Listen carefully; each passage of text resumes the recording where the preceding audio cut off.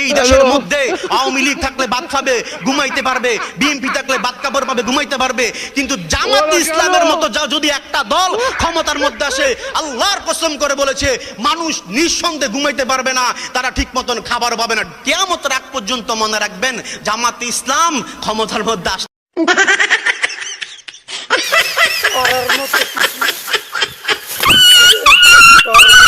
হুজুরের কারণে আজকে ইসলামের এই অবস্থা। তোদের মতন কিছু মানুষের জন্য হালুয়া রুটি ভাগ পাইতে লাগিয়া তোর জন্য আজকে ইসলামের এই করুণ দশা, তোর মতো কিছু দালালের কারণে। আরো কোনদিন এই ধরনের কথাবার্তা কইবে,